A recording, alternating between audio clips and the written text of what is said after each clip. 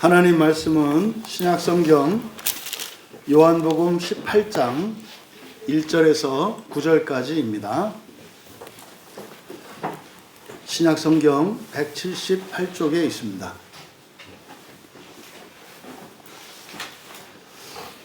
요한복음 18장 1절에서 9절까지 말씀을 함께 읽겠습니다.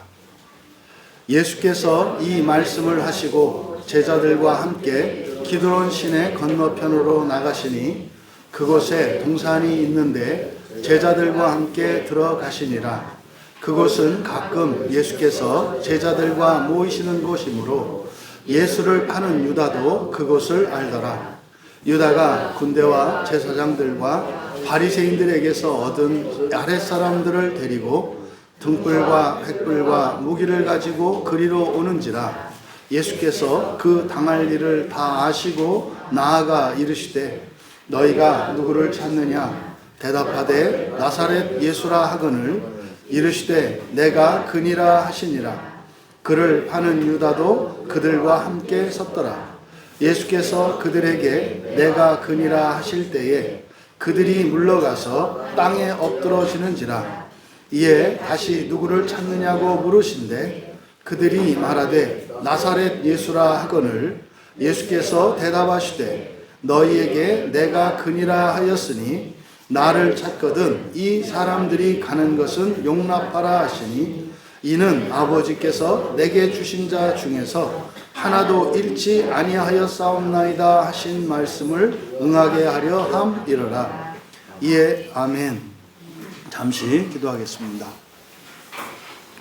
진리의 영이신 성령님, 주께서 말씀하셨던 이 기록된 성경을 통하여 참된 생명의 양식이 공급되어지기를 원합니다. 이 말씀으로 더욱 살게 하여 주시고 이 말씀으로 사랑하게 하셔서 저희를 하나님 자녀 삼으시고 온전케 하시기를 기뻐하시는 그 일을 이루어 주시옵소서. 감사하며 예수님의 이름으로 기도하옵나이다. 거룩한 주일로 하나님께 예배하기 위해 나오신 여러분 모두를 환영하며 축복합니다. 오늘 이 예배는 여러분을 위한 최고의 헌신이고 노력이고 수고인 동시에 또한 이 예배는 이 시대와 나라와 민족을 위한 여러분의 가족과 가문을 위한 최고의 헌신인 것을 여러분들이 믿으시기 바랍니다. 그래서 여러분의 그 믿음을 따라 그 소망의 열매가 실제 여러분의 일상 속에서 경험되셔서 정말 예배하며 살아가는 인생이 얼마나 유리하고 복되고 가치 있는 것인지를 생생하게 경험할 수 있기를 축복합니다. 당한 일을 미리 아시고 하신 일이라는 제목으로 설교하려고 합니다. 여러분들은 이미 웬만큼 복음서 정도는 반복해서 읽어보신 경험이 대부분 다 있을 겁니다. 그래서 대략 어떤 일이 일어날지 이미 알고 있고 그러다 보니 여러분들에게는 어떤 전제들이 있습니다. 그 전제는 내가 다 알고 있다는 생각이에요. 이 내용은 내가 알고 있다. 그런데 저도 이렇게 생각을 합니다만 설교를 준비할 때마다 성경을 해석하고 읽다 보면 아는 것도 있었지만 모르는 게 계속 있었다는 사실을 알게 됩니다. 부디 여러분들이 오늘 말씀을 그저 과거에 있었던 어떤 이야기, 여러분들이 기억되고 있는 어떤 사건의 내용을 아는 것의 반복으로 여기지 마시고 이 말씀을 통해서 주시려는 그 영적인 유익과 그 은혜를 누리시기를 바랍니다. 성경에 이제 구약 성경, 신약 성경 이렇게 크게 둘로 나누는데 신약 성경의 맨 처음 시작이 이제 복음이라는 말로 시작을 해요. 마태복음, 마가복음, 누가복음, 요한복음. 그러니까 이렇게 해서 이것 중에서 앞에 세 가지를 공관복음이라고 하고 요한복음을 그냥 제4복음서 이렇게 이야기를 합니다. 근데 여러분들은 이미 마음기경에 대해서 배우셨기 때문에 그런 생각을 해요. 마태, 마가, 누가, 요한이 예수님과 함께 보냈던 시간들을 되돌아보며 마음기경을 하는 것 같아요. 그래서 똑같은 사건인데 마태가 기록한 것과 마가가 기록한 것과 누가가 기록한 것과 요한이 기록한 게 달라요. 우리들이 이제 마음기경을 해보면 이제 어제까지 아나니아와 삽비라 부부의 정말 그 해석하기 어려운 그 문제를 가지고 우리가 마음기경을 쭉 했는데 각자마다 생각이 달라요. 평가도 다르고 의미도 다르고 그리고 그 배경도 달라요. 왜? 성경에 생략되어 있는 내용들이 있으니까. 그래서 이 네 권의 복음서도 마치 예수님의 제자들이 예수님의 행적과 말씀을 기록했습니다만 그들 나름대로 마치 하나님의 말씀을 해석하고 마음 기경을 한 것과 같다라는 생각을 하게 돼요. 근데 이제 요한의 이 기록이 특별한 거죠. 그런데 마태, 마가, 누가, 요한복음이 이렇게 이것은 시간적 순서가 아니에요. 쓰여진 시간적 순서대로 배열을 해놓은 게 아닙니다. 이것은 구원이라고 하는, 다시 말해 부활과 하나님 나라라고 하는 이 구원의 완성, 구원의 결과적인 측면에서 논리적으로 배치를 한 거예요. 그래서 마태복음에서는 하늘나라에 대해서 말한다고요. 하늘나라. 무슨 말이냐면 우리가 살고 있는 이 땅 위에 있는 나라가 있어요. 그런데 마태복음은 이 땅에만 이런 세계가 있는 게 아니라 저 하늘 위에도 어떤 세계가 있다는 것을 가르쳐줘요. 이건 2000년 전에 이미 전한 복음이란 말이에요. 저 위에 하늘이 있다. 그럼 여러분들한테 물어볼게요. 2000년이 지났으니까 그리고 여러분들은 예수님을 믿고 성경을 믿는 분들이니까 최소한 그 내용은 다 알지 않겠습니까? 이건 뭐 주일학교 학생들도 다 알지 않아요? 천국이라는 말 다 알지 않으시나요? 하늘나라 다 알지 않나요? 여러분들에게 제가 묻죠. 여러분들은 하나님 저 하늘나라를 믿으십니까? 아멘 하겠죠. 근데 그게 여러분의 진심인지 아닌지는 제가 확인할 바가 없어요. 여러분들이 하늘나라를 믿는다면 가끔은 하늘을 쳐다보세요. 여러분의 삶에 어떤 의미를 주고 영향을 미친다고요. 현재의 삶이 너무 힘들어요. 뭐 도대체 답도 안 나오고 끝도 나지 않을 것 같은 이 어렵고 힘든 상황이에요. 그러면은 그저 땅 옆으로 사람들만 찾아 헤매고 어떤 방법을 찾는 게 아니라 예수님을 믿고 하늘나라를 믿는 사람들은 가끔은 하늘을 보게 되어 있다고요. 이게 마태복음을 믿는 사람, 마태복음을 읽고 마태복음을 믿게 되면 그때부터 그 사람의 일상 속에서 일어나는 변화예요. 뭐예요? 하늘을 쳐다본다고요. 하늘을. 그리고요, 그 하늘을 쳐다보고 위로를 얻고 거기서 희망을 갖고 소망을 발견하고 믿음을 견고하게 하면서 다시 한번 사랑하면서 살겠노라 다짐하는 일들이 있어요. 이게 마태복음이에요. 그런데 이제 이 마태복음에서 마가복음으로 가면서 이 마가복음이 이제 하늘나라와 하나님 나라, 하늘나라와 하나님 나라는 다릅니다. 하늘나라는 그 나라가 있는 위치가 하늘이라는 뜻이에요. 하나님 나라는 신들이 사는 나라라는 뜻이에요. 하나님이 통치하니 일단 말도 안 되는 소리 하지 마시고 성경에서 뭐 할 게 없어가지고 우리들을 데려다가 뭘 왕 되고 그러시겠어요? 그러니까 굉장히 우리 인간적인 생각이고 원래 하나님의 나라 할 때 그게 이제 창조주 하나님을 나타내기도 합니다만 또 관사 없이 신의 나라라고도 쓰여 있단 말이에요. 그래서 하나님의 나라라고 할 때 뭐 통치, 주권 이런 거 말고 기본적으로 거기는 신들이 사는 나라 이렇게 이해하셔야 된다고요. 그러니까 동물의 왕국이 있고요. 사람의 왕국이 있고요. 신들의 왕국이 있다는 거예요. 그래서 마가복음으로 넘어가면서 이제 하늘나라에서 하나님 나라로 무게중심이 살짝 쏠리기 시작을 합니다. 그러면서 마가복음의 중심 주제가 고난받는 종이에요. 고난받는 종이 뭐냐면 지상을 살아가는 우리가 하늘나라를 향하고 또 신들의 나라를 목적으로 살아가려면 어떤 인생을 살게 된다는 거예요? 고난받는 종의 삶을 살아가게 된다는 거예요. 그러면요, 이 세상에서 왕이라고 생각하고 주권자라고 생각하고 있는 사람들에게, 그리고 이 세상밖에 없는 줄 아는 사람들에게, 아니야, 하늘에도 나라가 있어. 마태복음. 그 다음에 마가복음에서는 그 하늘에 있는 그 나라는 신들이 사는 나라야. 사람은 들어갈 수 없어. 신이 돼야 가는 거야.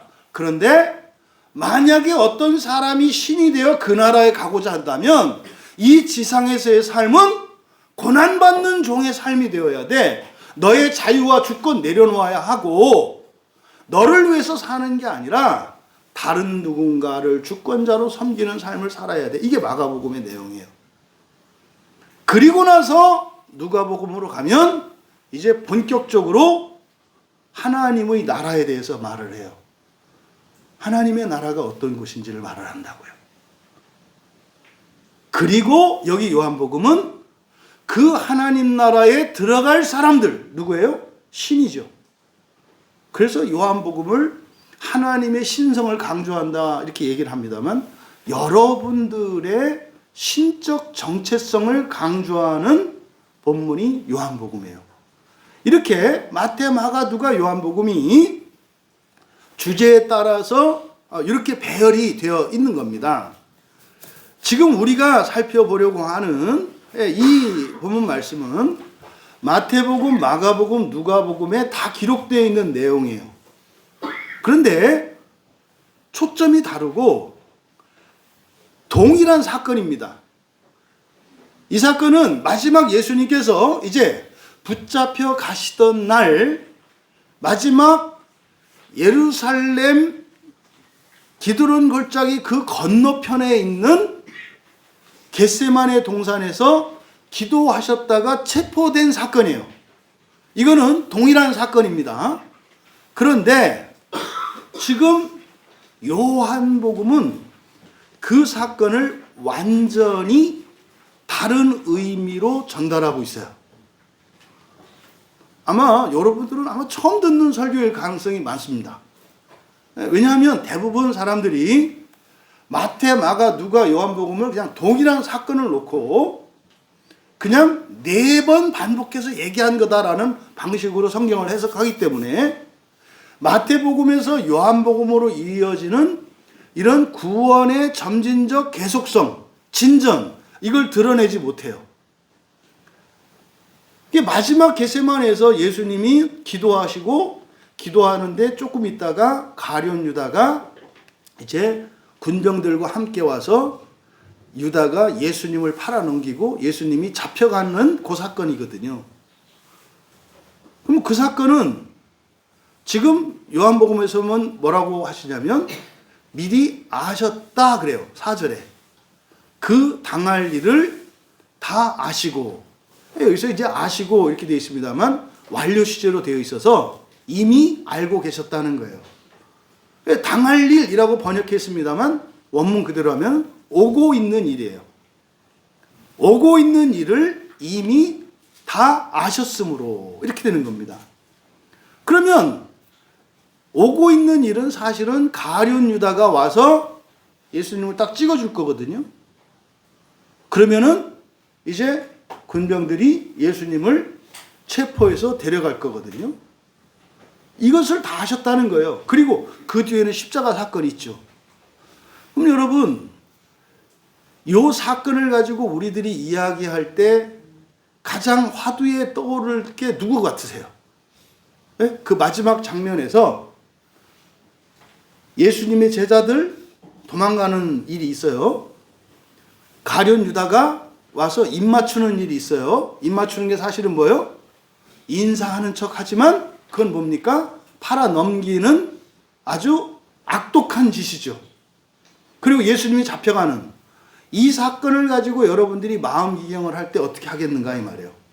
이제 오늘은 우리가 요한이 한 것을 이제 볼 겁니다.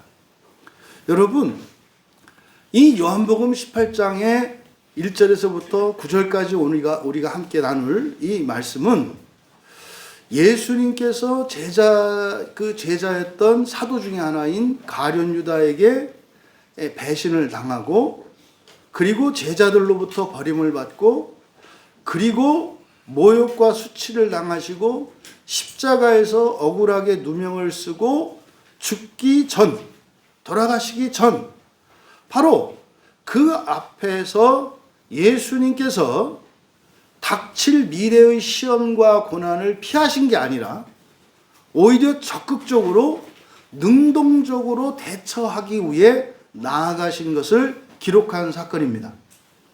이것은 단지 어떤 팩트 체크가 아니에요. 예수님이 이렇게 했다, 이거를 알리는 게 목적이 아니라고요. 요한은 이것을 통해서 우리에게 전달하고자 하는 무엇이 있고, 그것은 예수님이 하신 그것은 첫째 부활의 삶을 목표로 살아가는 신자들의 모범이고, 그것이 하나님의 구원의 계획의 핵심이라는 것을 가르쳐 주려고 합니다. 앞서 말씀드린 것처럼 이 요한의 해석은 특별합니다. 그런데 무엇이 어떻게 특별한지 여러분들이 그동안 알고 있었던 전제들과 비교해서 오늘 이 설교 이후에 여러분들이 하나님의 생각과 하나님의 마음, 그리고 이 사건에 등장하는 이들에 대한 여러분의 이해가 바뀌기를 바라고, 그래서 여러분이 일상생활을 할 때 사람들과의 대인관계 속에서 여러분이 대하는 태도와 다른 사람들의 행동들을 이해하는 방식과 의미가 달라질 수 있기를 진심으로 바랍니다. 그래서 오늘은 이 말씀을 통해서 그 예수님의 인자로서가 아니라 하나님의 아들로서, 그러니까 하나님은 이중적 정체성을 갖고 계시잖아요. 사람이시면서 하나님이시잖아요. 그래서 지금 여기에서는 예수님이 마태, 마가, 누가복음에서는 사람으로서 순종하셨고 사셨던 그것을 드러낸다면, 지금 요한복음에서는 특히 이 장면에서는 하나님의 아들로서의 정체성을 가지고 살아가는 신자의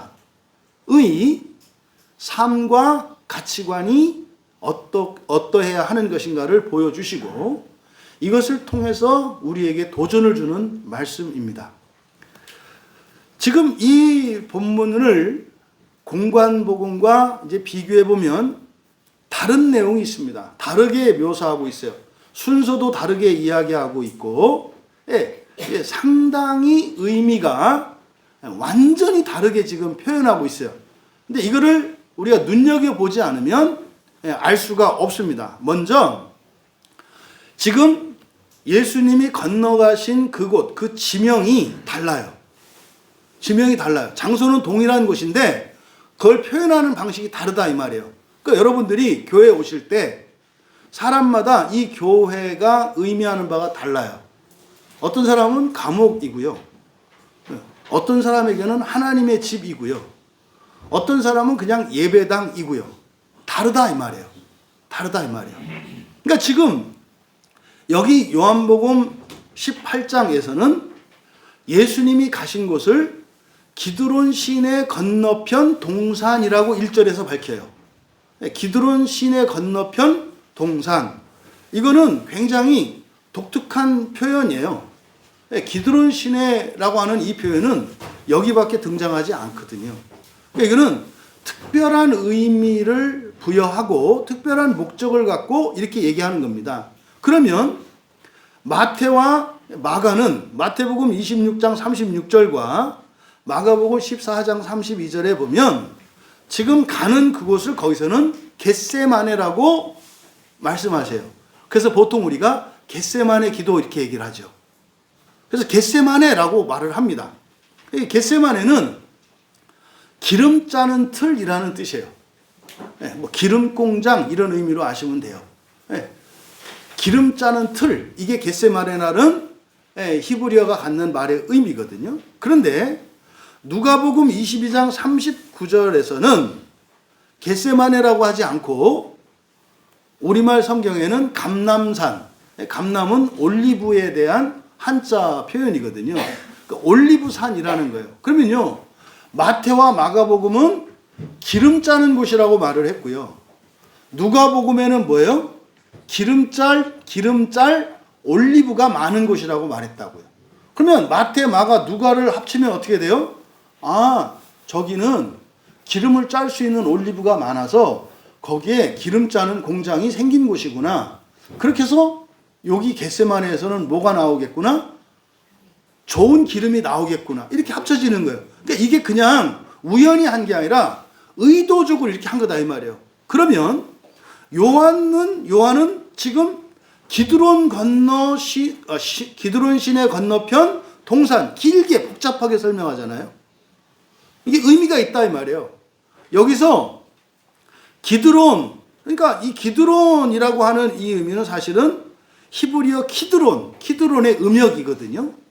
우리가 텔레비전, 영어를 우리말로 그냥 음역을 해서 텔레비전 하는 것처럼 기드론은 히브리어 키드론에 대한 헬라어 그냥 음역이에요.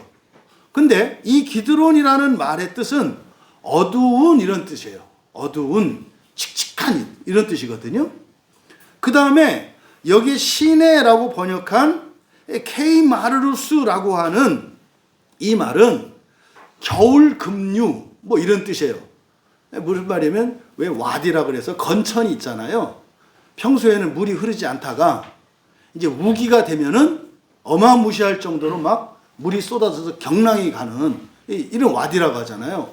이번에 지금 스리랑카가 뭐 지금 어마어마할 정도로 비가 와서 거의 200명에서 뭐 사망자가 계속 늘어날 것 같아요. 막 도로도 파손되고 뭐 엄청날 정도로 지금 해를 입어서 수많은 사람들이 이번에 비가 와가지고 죽었습니다. 지금 여기서 말하는 이 기드론 시내가 그런 의미예요. 그래서 기드론 시내 그대로 붙여서 의미를 부여하면 어떻게 돼요? 어두운 겨울 급류 뭐 이런 뜻이 돼요. 어두운 겨울 급류. 그러니까 이거는 굉장히 부정적인 의미예요. 여러분 물살이 어마어마하게 세요. 깜깜해요. 거기 지나가면 어떻게 되죠? 다 죽죠. 그걸 나타내요. 근데 지금 의도적으로 요한은 거기를 건너간다고 이야기를 해요. 거기를 건너간다고.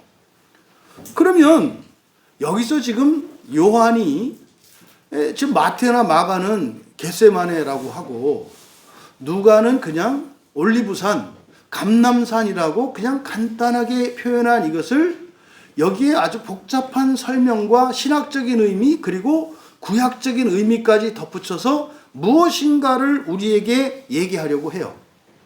그리고 1절에 사용된 동사도 1절에 보시면 기드론 시내 건너편으로 나가시니 그랬어요. 이제 헬라어 에르코마이가 오다 가다라고 하는 말이거든요. 그런데 나가시니 그럼 어디로부터를 의미하는 에크를 붙여서 에르코마이를 써요. 그래서 나가시니라고 번역한 거예요. 근데 에크라는 단어를 뭐라 했습니까? 출발지가 있고 목적지가 있다 그랬죠. 여러분들이 어머니 뱃속에서 태어났을 때 여러분들의 목적지는 정해져 있어요. 어디예요? 하늘나라, 하나님 나라가 정해져 있어요. 굉장히 중요합니다. 이건 안 바뀌어요. 안 바뀐다고. 이거 하나님이 세상을 창조하시기 전에 세워놓은 계획이기 때문에 태어나는 모든 사람은 결국 어디로 가게 되어 있어요? 하나님 나라로 가게 되어 있어요. 그럼 하나님 나라는 신들이 사는 나라라고 했잖아요. 그럼 사람은 반드시 무엇으로 변하게 되어 있어요? 신으로 변화되게 있어요. 그거를 부활이라 그래요. 여러분 이게 1500년 교회 역사 속에서 잘 드러나지 않았던 사실이에요. 근데 말은 하는데 믿지 않아서 인정하지 않았던 사실이라고요. 그런데 그 정해졌어요. 그래서 에르코마이는 출발과 목적지. 그래서 지금 엑스에르코마이. 그래서 어디로부터 나가서 그 다음에 동산에 들어가시니라. 이거는 에이스라고 하는 전치사를 붙여요. 그러니까 멸망당할 이 예루살렘에서 이제 어디로요? 영원한 동산, 낙원, 천국으로 들어가는 것을 나타내요. 그러니까 지금 이 짧은 이 본문 안에 인생의 시작과 끝을 얘기하고 그 중간에 무엇이 있는지를 설명을 하는 거예요. 중간에 뭐가 있다는 거예요? 기드론 시내가 있다는 거예요. 기드론 시내가. 근데 기드론 시내는 뭐라 그랬어요? 어두운 겨울 경류, 급류. 그러니까 이거는 사실은 감이 오시죠? 뭘 의미하는 것 같으세요? 지옥을 의미하는 거예요. 지옥을 의미하는 거예요. 그러니까 출발해서 가기로 정해져 있는데 그 사이에는 반드시 이 기드론 시내를 건너가야 한다는 거예요. 이게 죽음의 강입니다. 그것을 지금 요한은 설명을 하는 거예요. 근데요, 여기서 할 수 있는 게 뭡니까? 거기는 피할 수 없어요. 반드시 넘어가야 돼요. 거기를 지나가야 동산으로 갈 수 있다 이 말이에요. 그러니까 이 동산은 회복의 장소이겠죠. 사망도 없고 눈물도 없고 이별도 없고 근심도 없고 배신도 없는 고난도 없는 거기가 이제 동산. 여기가 바로 낙원이고 여기가 천국이고 하나님 나라인 거죠. 여러분, 이 기드론 시내에 대한 구약의 그 의미들을 우리들이 살펴볼 필요가 있는데 사무엘하 15장 23절에 보시면 거기는 뭐 안 보셔도 돼요. 나중에 보세요. 사무엘하 15장은 어떤 맥락이냐면 아들 압살롬이 반란을 일으켜요. 옛날에 우리나라 조선시대 때 태종이 왕권 딱 잡으려고 이성계한테 이렇게 딱 반란 일으켰던 것처럼 압살롬이 딱 그 일을 일으켜요. 근데 아버지 다윗이 죽게 생겨가지고 그때 피신을 갑니다. 그때 피신 갈 때 건너간 데가 바로 여기 기드론 시내예요. 그래서 사무엘하 15장 23절을 보면은요, 생각해 보세요, 여러분. 아들이 반란을 일으켜서 목숨을 부지하기 위해서 예루살렘 옆에 있는 그 골짜기 아래를 지나서 건너갈 때 그 마음이 어떻겠냐 이 말이에요. 네? 뭐 아들놈이 집에다가 불사 질른다 그래가지고 온 가족이 도망가는 장면이다 이 말이에요. 그 마음이 어떻겠냐고. 그래서 성경은 그렇게 해요. 온 백성이 울면서 이 시내를 건넜다 그래요. 근데요, 이 시내를 건너면 다시 돌아올 길이 없어요. 왜요? 아들이 이제 실권을 잡았고 건너가면 죽을 테니까. 그래서 사무엘하 15장에 나오는 이 기드론 시내는 배신과 순환과 수치, 하지만 하나님의 은혜를 기다리며 소망하는 곳이에요. 바로 이 기드론 시내가. 또 열왕기하 23장 4절과 6절에서는 바로 요시야 왕이 성전의 정결을 회복하기 위해서 우상과 우상의 집기들을 가져다가 태워버리는 것이 이 기드론 시내예요. 그러니까 요시야 왕 때는 열왕기하 23장에 나타나는 이 기드론 시내는 뭐예요? 정결과 회복을 의미하는 곳이에요. 태워서 이 모든 것들을 태워서 정결하게 하는 곳이에요. 근데 말입니다.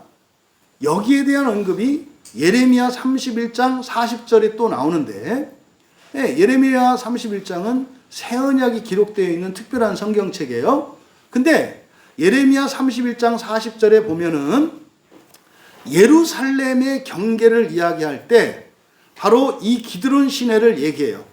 그런데 그런데 놀라운 사실은 흰놈의 골짜기도 이야기를 해요. 그러니까 예루살렘이 있으면 동쪽 편으로 있는 계곡, 여기가 기드론 시내입니다. 근데 남서쪽에 위치해 있는, 그래서 남서쪽에서 이렇게 남쪽으로 흐르는 요 계곡, 여기가 흰놈의 골짜기예요. 흰놈의 골짜기는 지옥의 어원이 되는 곳이에요. 게헨나라고 하는 헬라어가 흰놈의 골짜기라고 하는 히브리어의 헬라식 표현이에요. 그래서 예루살렘의 경계가 어디예요? 골짜기 너머예요. 예루살렘은 하나님 나라를 상징하거든요. 근데 그 하나님 나라를 건너려면 골짜기를 지나가야 돼요. 근데 골짜기를 지나가야 되는데 흰놈의 골짜기는 지옥의 상징이에요. 여기는요, 자기가 거기에 들어가서 타야 돼요. 흰놈의 골짜기는. 여기서 그래서 실제로 인신제사를 드리고 사람들을 태우고 했던 곳이에요. 그런데 여기 기드론 시내는 누가 건너가요? 예수님이 건너가요. 그러니까 기드론 시내는 예수님과 함께 건너는 곳이고, 흰놈의 골짜기는 내가 예수님 없이 건너야 하는 곳이에요. 이해되세요? 하나님 나라에 들어가기 위해서는 반드시 정화의 과정을 거쳐야 돼요. 그 정화의 방법은 불로 태워서 완전히 모든 것을 소멸시키는 겁니다. 이게 정화의 방법이에요. 최초의 정화 방법은 물이었죠. 그래서 노아의 시대에 물로 세상을 정화시켜서 땅의 저주가 풀렸어요. 종종 목사님들 중에서 크게 오해하는 분들이 있어요. 창세기 3장에서 하나님이 땅을 저주했기 때문에 지금도 땅이 저주를 받았다고 생각하는 분들이 있어요. 그래서 막 땅 밟기 하고 막 이렇게 하는 거거든요. 그러니까 정말로 성경을 모르셔서 그래요. 창세기 3장에서 저주를 받았던 땅의 저주는 다 풀렸어요. 다 풀렸어요. 언제? 노아의 홍수 때. 그때는 이게 물로 다 씻었단 말이에요. 그런데 그거는 근본적인 해결책은 안 돼요. 여러분, 옷을 다 빨아서 입으시잖아요. 한 번 빤다 그래서 다시 더러워지지 않는 거 아니죠.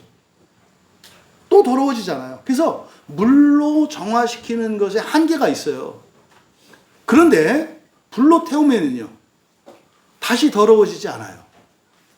불로 태우면 없어지잖아요.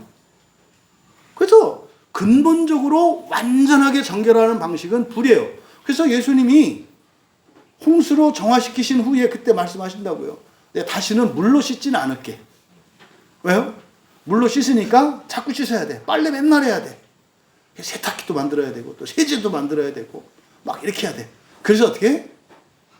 다시 빨지 않도록 내가 앞으로는 그냥 한 번에 완벽하게 깨끗하게 할게. 이게 뭐예요? 불이에요. 불심판이라고 말하죠. 불로 정화시키겠다는. 그래서 성령을 불과 연결을 시킨다고요.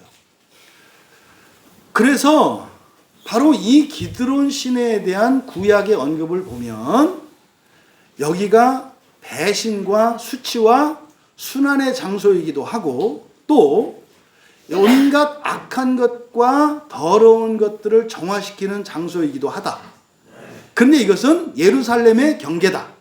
근데 예루살렘의 경계는 기드론 시내든 흰놈의 골짜기든 똑같이 불로 태운다. 그런데 흰놈의 골짜기는 내가 혼자 거기를 직접 가서 나를 태우고 지나가는 곳이고, 기드론 시내는 예수님과 함께 가는 곳이다. 이것을 구약 성경을 통해서 우리에게 가르쳐 줘요. 그래서 하나님 나라에 들어가는 길은 몇 군데가 있다? 두 군데가 있다. 공통점은 뭐다? 반드시 정화되어야 한다. 그런데 두 길은 뭐예요? 혼자 정화되는 길이 있고 예수님과 함께 정화되는 길이 있다. 여러분들이 교회는 바로 기드론 시내에 해당해요. 그러니까 여기는 어떻다고요? 아프고 힘들고 괴로운 데라고요. 교회는 절대 편안한 데가 아니에요. 여러분들의 사고방식 전체를 바꾸는 것이고요. 여러분들의 전 인격을 바꾸는 것이고요. 거기에서 병도 고쳐지고 문제도 해결되고 하는 일들이 일어나요. 근데 그것뿐만 아니라 여러분은 절대 버리고 싶지 않은 것들을 베어내는 일들이 일어난다고요. 그게 지금 요한이 요한복음 18장 1절에서 바로 기드론 시내 건너편 동산이라고 하는 이 표현을 통해서 바로 뭡니까?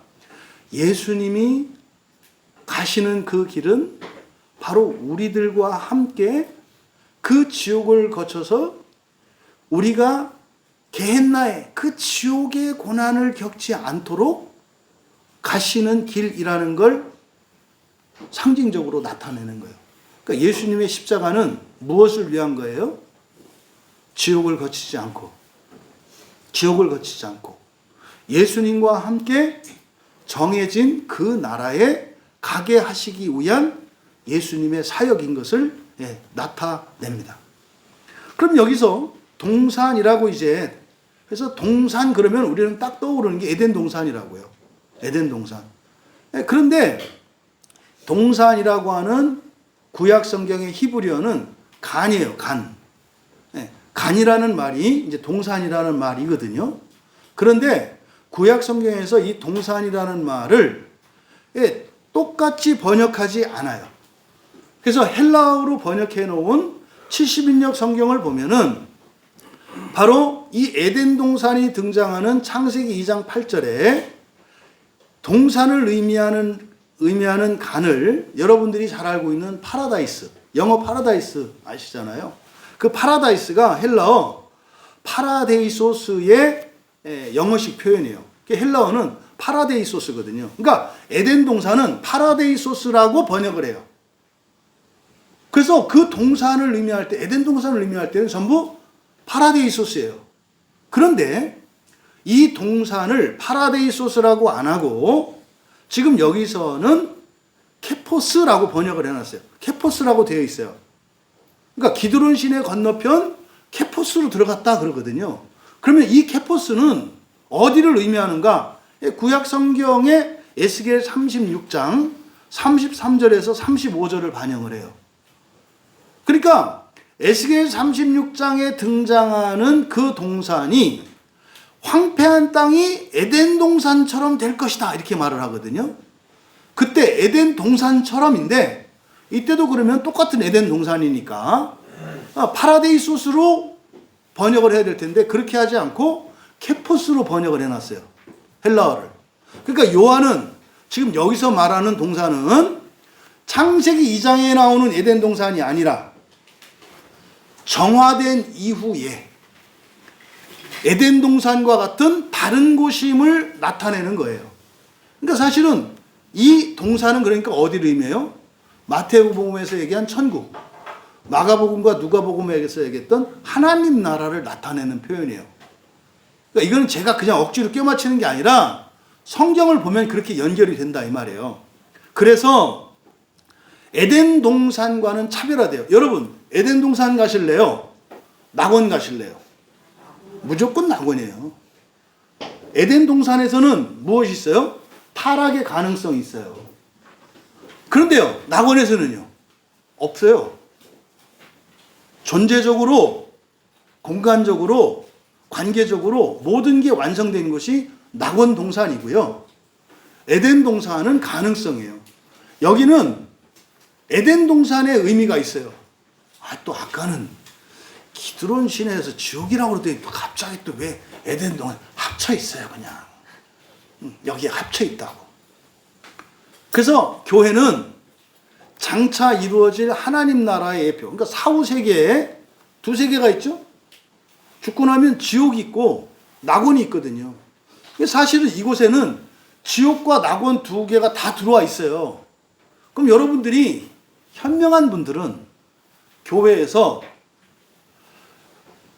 지옥 100, 낙원 100이 있어요. 이 교회 안에. 모든 교회 안에 지옥 100, 낙원 100 있어요. 현명한 사람은 교회에서 낙원과 지옥만큼 똑같은 분량만큼 100씩 있어요. 뭘 쓰시겠어요, 지옥에서? 그렇죠. 순간적으로 깜빡했던 사람들은 지금 뭘 물어보는 거야. 그래서 교회에서 여러분들이 교회 생활을 하실 때 지옥을 대신할 수도 있고 낙원을 대신할 수도 있다 이 말이에요. 대부분 사람들은 어떤 생각을 갖고 있냐면 교회에서 낙원을 대신하려고 그래요. 그러면 인생을 마치고 나면 그 사람에게 남은 건 뭐밖에 없어요? 지옥밖에 없어요. 그러니까 여러분은 무엇을 선택할까요? 절대 제 궤변이 아니에요. 그러니까 여러분이 알고 있던 것과 다른 얘기를 하니까 제가 궤변이다 이렇게 생각하지 마세요.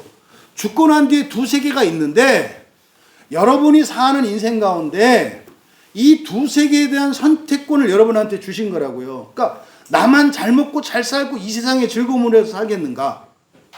아니면 죽은 뒤에 있을 지옥을 사는 동안 싹 없애버리고 아주 말끔하게 죽은 뒤에는 그걸 누릴 것인가? 또 괄호 쳐야 돼요. 또 이렇게 이런 설명을 하려면.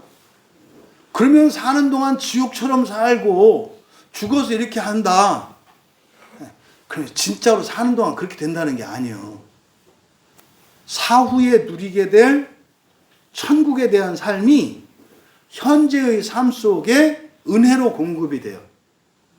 이건 내가 노력해서 얻는 게 아니라 은혜로 공급이 된다고요. 놀라울 정도로 예상하지 못했던 깨달음과 기대하지 못했던 어떤 열매들이 삶 속에서 일어나요. 그러니까 하는 인생을 살게 돼요.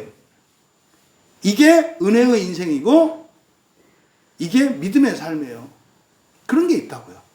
그러니까 지금 여기서 바로 이 동산을 케포스로 나타냄으로써 에덴 동산을 능가하는 곳임을 가르쳐 주세요. 근데 거기에 가려면 반드시 뭐 해야 된다? 기드론 시내를 지나가야 한다. 기드론 시내를 지나가지 않으려면 어디를 지나가야 된다? 흰놈의 골짜기를 지나가야 한다. 선택은 여러분들에게 맡긴다. 피할 수 없는 게 있어요. 고난과 고통이에요. 이게 정결을 위한 거죠. 정결을 위한 고난과 고통은 피할 길이 없다. 이건 여러분 우리의 죄 때문에 이렇게 생각하지 마세요. 우리가 겪는 고난과 고생은 무엇 때문에 겪는 거예요? 하나님이 정해놓으신 부활이 너무나 크고 놀라운 것이어서 그런 거 있죠 여러분. 어린아이로 태어났는데 우리 아버지가 조선시대 왕이야. 이 아이는 애들처럼 동네에서 맨날 빈둥거리면서 놀고 지내는 시간이 단 한순간도 없어요. 왜 그런지 아시죠? 왕자로서 교육을 받고 왕자로서 키워진단 말이에요. 그래서요 왕자는 7살짜리만 돼도 어른들이 보고 어려워하게 돼요. 왜? 나보다 더 어른 같아. 근데 연염집 애들은 어떻게 돼요? 나이 20이 넘었는데도 철딱서니가 없어. 뭐 위아래도 몰라보고 예의범절도 없고 그냥 천방지축이야. 그거 오늘날도 그래요 여러분. 자녀들을 보면 부모들의 수준을 알 수 있거든요. 부모들이 교양이 있고 상식이 있는 그런 사람들의 자녀들은 어때요? 예의범절이 있어요. 장소를 가리고 사람을 가리고 도리를 알아요. 어린애가 식당에서 막 뛰어놀아. 그 뭐 엄마 아빠 말 안 들어. 엄마 아빠 수준을 알 수 있는 거예요. 애들을 보면 알아요. 애들을 보면. 근데요. 어린애인데 말이죠. 반듯해요. 네? 공공장소에서 뛰지 않고 자리를 지키고 어른이 얘기하면 네 할 줄 알아요. 그럼 뭐 하는 거예요? 야, 제 엄마 아빠는 인류구나. 이렇게 할 수 있어요. 여러분 누구의 자녀로 태어나느냐 어떤 사람으로 태어나느냐에 따라 달라진다 이 말이에요. 뭐 저가 옛날 같았으면 절대로 목사가 될 수 없는 사람이에요. 네, 로마 캐톨릭에서는 이렇게 씨를 따져 이렇게. 그래가지고 성고를 따져가지고 어려서부터 목사가 될 사람들은 헬라어, 히브리어, 라틴어를 공부해요. 어려서부터. 자기네 나라 국어는 물론이고 그래서 어려부터 그래서 캐톨릭 옛날 요새는 뭐 신부님들도 공부 안 해요. 옛날의 신부님들은 라틴어 성경 다 읽고 해석할 수 있었고 헬라어 성경은 했는지는 잘 모르겠어요. 거기는 그냥 라틴어만 따졌으니까. 그래서 사실은 어떤 식으로든 성경 원어에 접근할 수 있는 게 목사였다고요. 그래서 어려서부터 철저하게 훈련을 받아요. 사실 저희들이 이제 목사 될 때 제일 어려운 과정 중에 하나가 성경 언어거든요. 헬라어와 히브리어 이것 때문에 죽어나죠. 글자 모양도 이상하지, 문법도 다르지, 단어도 다르지, 미치거든요. 이게 절대적이거든요. 그러니까 여러분, 바로 이 동산이라고 하는 하나님 나라에 들어가는 때, 이 동산이라고 하는 것은 이 세상으로 말하면은 상류사회예요. 왕과 같은 존재가 되는 거예요. 동산에 들어가는 것은. 그래서 이게 이미 정해진 게 너무 높기 때문에 우리가 혹독한 과정을 거치는 거지. 우리가 도둑질하고 잘못하고 예배 안 드리고 딴짓하고 이래서 그런 게 아니에요. 여러분의 인생이 힘든 이유는 하나님이 보내시려고 하는 목적하시는 바가 너무 크고 높아. 얼마만큼? 내가 믿어지지 않을 만큼. 근데요, 하나님의 뜻은 반드시 이루어지잖아요. 그래서 고난이 있다는 거. 고난이 이렇게 생기면 꼭 그러잖아요. 내가 뭐 죄졌나, 뭐가 잘못됐나. 그렇게 생각하지 마시고, 고난이 있는 거는 여러분이 아무 잘못한 것도 없는데 일이 틀어지고 하는 이유는 뭐예요? 얼마나 부활이 그렇게 크고 놀라운 건데 내가 이렇게 힘들어야 되는 걸까? 이렇게 생각하시라고. 어린아이일 때 왕자들은 왕궁을 탈출하고 싶어 해요. 왜? 막 바깥에서 뭐 히히호호하고 가끔 놀러온 대신집 애들 보니까 뭐 대신집 애들도 사실은 뭐 왕 못지 않죠. 그러니까 자유롭고 마음대로 하고 싶어서 뛰쳐나가고 싶을 때가 있죠. 여러분도 교회에서 뛰쳐나가고 싶을 때가 있지 않나요? 그만하고 싶고, 특히 광야교회는. 응? 그럴 때 있잖아요. 근데 여러분, 그건 제가 설교를 길게 해서 힘든 게 아니라 누구 때문에 힘든 거다? 하나님 때문에 힘든 거다. 하나님이 여러분을 이만큼 올리시려고 하기 때문에 힘들어요. 이거 발상의 전환을 하셔야 된다니까요. 뭐 우리나라에서 제일 어렵다고 하는 월급 많이 주는 회사 중에 하나가 그 별 3개짜리 아니에요. 죽어나거든요. 신앙인들의 무덤이거든 거기. 뭐 예배도 못 드리게 하지. 일체 뭐 그런 거 얘기도 못 하게 하지. 뭐 월급은 많이 주는데 막 형제들은 죽어나죠. 또 뭐 자매들도 죽어나 거기 다니면 다. 근데 좋은 건 뭐요? 그 사람을 배우자로 둔 사람만 좋아. 꼬박꼬박 이거 들어오고 보너스 많이 나오고 이렇게 하니까 좋은 회사 다니는 사람들은 사실은 죽어나거든요. 왜 그래요? 그 회사가 좋은 회사라서 그러느라고. 그러니까 여러분이 힘든 것을 싫어하는 것은 뭐냐면 여러분의 가치를 자꾸 떨어뜨리는 일이에요. 힘든 건 힘들어요. 좀 즐길 수 있었으면 좋겠어요. 나는 힘들 수 있는 사람이다. 이렇게 좀 자부심을 갖고 여러분들이 했으면 좋겠다. 어쨌든 바로 여기서 이 낙원을 케포스라고 나타냄으로써 기드론 시내와 이 케포스의 관계를 통해 우리가 죽음 이후에 다다르게 될 그 하나님 나라의 여정이 어떤 것인지를 설명한다. 다음번으로 공관복음과 이 요한복음에서 다른 점이 뭐냐면 기도의 순서예요. 기도의 순서. 다른 공관복음에서는 여기를 건너가서 겟세마네로 가서 올리브산으로 가서 거기서 예수님이 땀방울이 핏방울이 될 정도로 간절히 기도하시는 내용이 나와요. 건너간 뒤에. 근데 요한복음은 어떻게 해요? 건너가기 전에 기도한 것으로 17장의 기도의 내용을 채웠다고요. 그러니까 순서가 바뀌었어요. 그러니까 성경은 말입니다. 시간적 순서로 배열하는 게 아니에요. 이거를 어떤 주제의 논리적 흐름을 따라서 구원의 도리를 설명하기 위해서 시간적 순서를 무시하고 이렇게 바꾸기도 한다고요. 그러면 왜 요한복음에서는 이 기도의 순서를 바꿨을까? 여러분 17장에서 우리들이 배웠던 것 중에 기도의 종류에 대해서 다시 한번 정리할 수 있었죠. 약속의 기도가 있다. 그리고 간구의 기도가 있다. 그래서 기도하는 방식도 다르다. 그리고 기도의 조건도 다르다. 간구는 필요하면 기도할 수 있는 거예요. 없으면 기도할 수 있는 거예요. 그러니까 간구는요, 예수님을 믿지 않아도, 성경을 읽지 않아도 다 할 수 있어요. 그러니까 다른 종교인들도 기도의 응답을 받고 유익을 누리죠. 그러니까 다른 종교인들이 하는 모든 기도는 다 뭐예요? 간구예요, 간구. 그러면 절에 다니는 불자가 기도했는데 비나이다 해가지고 응답이 이루어졌어. 누가 이루어주신 거예요? 하나님이 이루어주신 거예요. 근데 그분들은 누구한테요?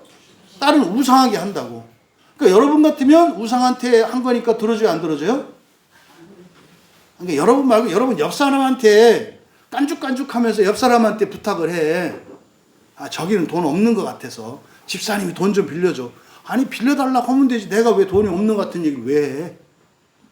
그러니까 있어도 빌려주고 싶지 않아. 그게 이제 하나님과 우리 차이예요. 그러니까 자꾸 하나님을 우리 방식으로 이해하니까 다른 종교인들은 마귀 새끼고 그거 못 받는다 그러지. 그러니까 하나님을 지 수준으로 낮춰. 하나님이 도와주시는 이유는 뭐예요? 없으니까 도와준다니까요. 없는 것을 구하는 것은 교회 안 다니셔도 돼요. 없는 것을 구하는 거는. 네? 딱한 것을 들어주시는 거는 어떤 종교를 가지셔도 상관이 없다고. 이게 간구예요. 그러니까 기독교인만이 할 수 있는 특별한 기도가 있다. 그게 뭐예요? 프로시케, 약속의 기도라고. 그 약속의 핵심이 뭐예요? 부활이라고. 다른 종교나 그 어디에서도 부활을 위한 기도는 할 수도 없어요. 근데 약속의 기도는 뭐라 그랬어요? 이것은 언약의 기도. 약속이니까 언약의 기도잖아요. 언약의 기도는 뭐라 했어요? 조건이 있다고 그랬죠. 우리가 해야 될 것이 있고 그것에 대해서 인과적으로 주시는 거예요. 그래서 여러분들이 언약의 기도를 할 때 응답 받으려면 기도 전에 뭐가 있어야 한다? 순종이 있어야 한다. 그게 주로 시편에 많이 나온다. 막 들이대는 거. 들이댈 때는 왜 이렇게 이게 네 가지지? 이렇게 보면 안 돼요. 그렇게 들이대는 거는 이 사람이 뭐 했다는 거예요?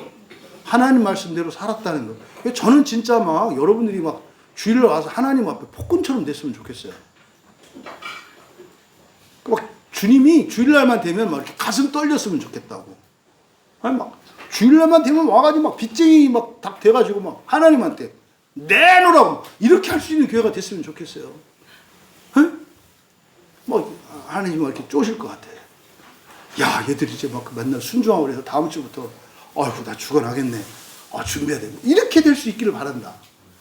그런데 요한복음 18장에 바로 기도와 이 기드론 시내의 순서를 바꿈으로써 우리에게 어떤 것을 가르쳐 주냐면 순종의 유연성이에요. 무슨 말이냐면 조건을 먼저 지키고 그 다음에 구하는 게 원칙이에요. 언약을 했을 때는 우리에게 너 이렇게 해. 그러면 줄게. 이렇게 우리에게 제시한단 말이에요. 그런데 여기서는 어떻게 해요? 예수님이 지금 모범을 보이시는 게 앞에서 지금 요한복음 17장에서 약속의 기도를 막 했잖아요. 그러니까 이건 사실상 뭐다? 그 이전에 순종한 거라 그랬잖아요. 근데요, 아직 다 마친 거 아니죠, 지상사역이. 남은 게 뭐 있죠? 십자가에서 죽으시는 거, 제물이 되셔야 되잖아요. 그래서 지금 여기서 기도의 순서를 그 기드론 시내를 건너기 이전과 이후에서 요한복음은 기도가 먼저고 순종을 뒤에 위치시킨다고요. 이건 뭐겠어요? 언약의 기도라고 해서 여러분들이 과거에 잘못했어. 그러니까 약속의 복은 내가 못 누리겠구나. 이렇게 생각하잖아요. 지나갔으니까. 다음번에 재수해야 되지. 이런 생각하게 되잖아요. 근데요, 여기서는 그렇게 안 해도 된다는 거예요. 옛날에 하지 못했던 것을 나중에 기도 이후에 해도 된다는 거예요. 그래서 교부 중에 어떤 유명한 교부는 기도가 순종의 연료라고 말을 해요. 무슨 말이냐면 약속의 기도를 하려면 순종을 해야 되잖아요. 할 수가 없어, 순종을. 그럼 약속의 기도 못 하잖아요. 그런데요, 방법이 있다는 거예요. 기도를 하면 순종할 수 없던 사람이 순종할 수 있는 사람으로 바뀐다고. 그래서요, 순종과 기도의 순서가 바뀌어도 된다는 것을 가르쳐 주기 위해서 바로 약속의 기도를 기드론 시내를 건너기 이전에 두고 마치 그 이후에 순종한 것처럼 보여주신다 이 말이에요. 그래서 결국은 하나님의 뜻만 이루어지면 순서나 질서 이런 거 안 따진다 이 말이에요. 하나님의 뜻만 이루어지면 여러분이 예수님을 잘 믿었느냐 못 믿었느냐 안 따진다고요. 여러분의 마음이 하나님의 마음만 닮아지면 된다고요. 그래서 이 순종의 유연성을 우리에게 교훈해요. 그럼 사실 이 차이는 뭐겠어요? 순종이 먼저냐 기도가 먼저냐. 이거는 사실상 뭡니까? 여러분들이 고난 앞에서 어려움을 당했을 때 내가 약속을 지키지 않았으니까 불순종하면 저주가 오잖아요. 네? 불순종하면 저주가 예정되어 있잖아요. 그럼 저주를 만났어. 그러니까 불순종했으니까 저주는 계속돼야 한다. 생각 안 해도 된다 이 말이에요. 지금이라도 순종하면 어떻게 되는 거예요? 그 자리에서 바로 엘리베이터를 타고 축복으로 옮겨간다 이 말이에요. 이해되시죠? 오늘이 바뀌면 과거도 바뀌고 미래도 바뀐다. 잊지 마세요. 여러분이 시험 들 때 여기서 시험 들어요. 과거는 안 바뀌는 줄 알아. 과거도 바뀌어요. 뭐하면? 현재의 순종으로, 현재의 회개로, 그리고 순종으로 과거의 불순종도 순종으로 바뀐다는 사실. 그러면 현재의 이런 불행한 사건 저주가 뭘로 바뀌어요? 복으로 바뀌어요. 야, 망하지 않았으면 큰일 날 뻔했네. 이렇게 된다니까요. 정말로. 전 자신 있게 말씀드릴 수 있어요.